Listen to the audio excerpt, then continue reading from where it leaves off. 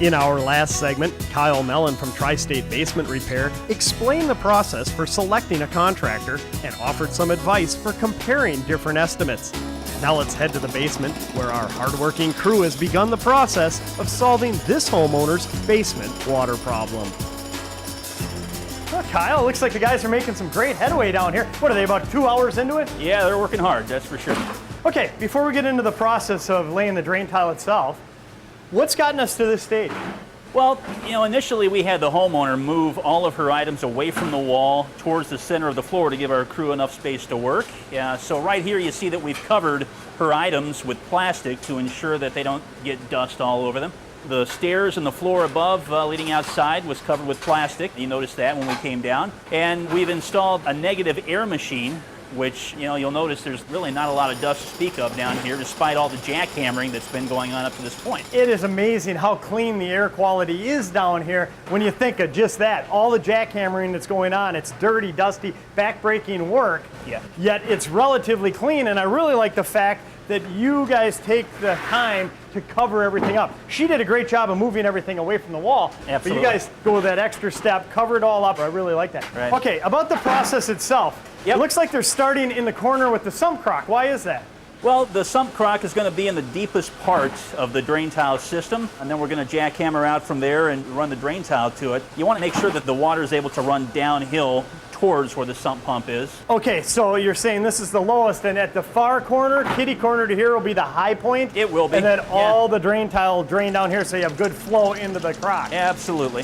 And then that water is going to be discharged outside over the top of the foundation wall through the band board. Sure, so there'll be a pump in there, and you're going to actually bury the discharge. That's going to be great to see a little later. Question pops into my mind. As I look here, what determines how far away from the wall you're actually jackhammering or removing that concrete? Well, you obviously want to have enough room to lay your 3-inch PVC tile down here. So your footing is typically going to be about 4 inches, which it is right here.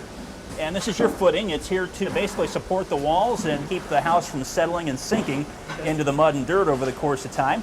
And with the drain tile ultimately going right here, we're also going to want to have 1 inch or 2 on both sides of it to lay clean gravel to act as a filter to make sure it keeps some of the mud and dirt out of the system itself. Okay, so once you have the drain tile, the gravel, everything in place, how are you going to cover all that up?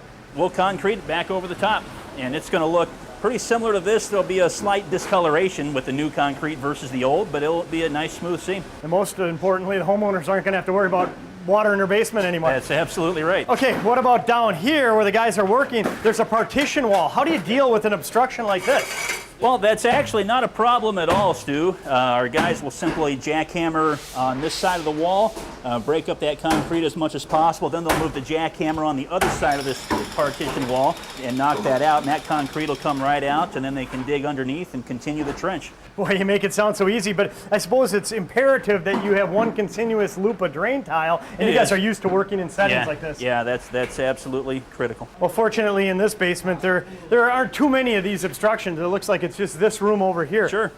This must present its own unique set of challenges because it's a partially finished wall with studs and base plates, and how do you install drain tile here? Well, as you can see, our crew has already cut the base plate off of this, which is something you have to do to have the room to jackhammer and get the drain tile where it needs to be. Okay, so this was actually attached to these studs. It sure was. They used the Sawzall, came in, removed it. Yep.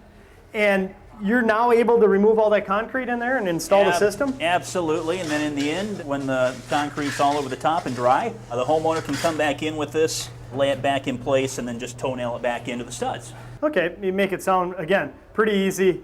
It's nothing that you guys don't encounter on a regular basis. We encounter this all the time. What happens if it's already finished off? Can you still install a drain tile system? Absolutely, it's easy. We do it all the time. The bottom line is you can do it, get in there, solve a basement water problem. Absolutely. What about other obstructions like a sewer line, a water main coming in underneath the footing? Well, we encounter that all the time, Stu, and it's actually easy enough to handle. If it's close enough to the foundation wall where we can't just run the drain tile right along the wall, we'll have to bring it out maybe a foot or so to go around there and then just bring it right back up against the foundation. There's really nothing that we can't handle. Stick around. We'll see the various components that make up this basement waterproofing system and learn how they're installed next, when we continue with today's Home Remodeler.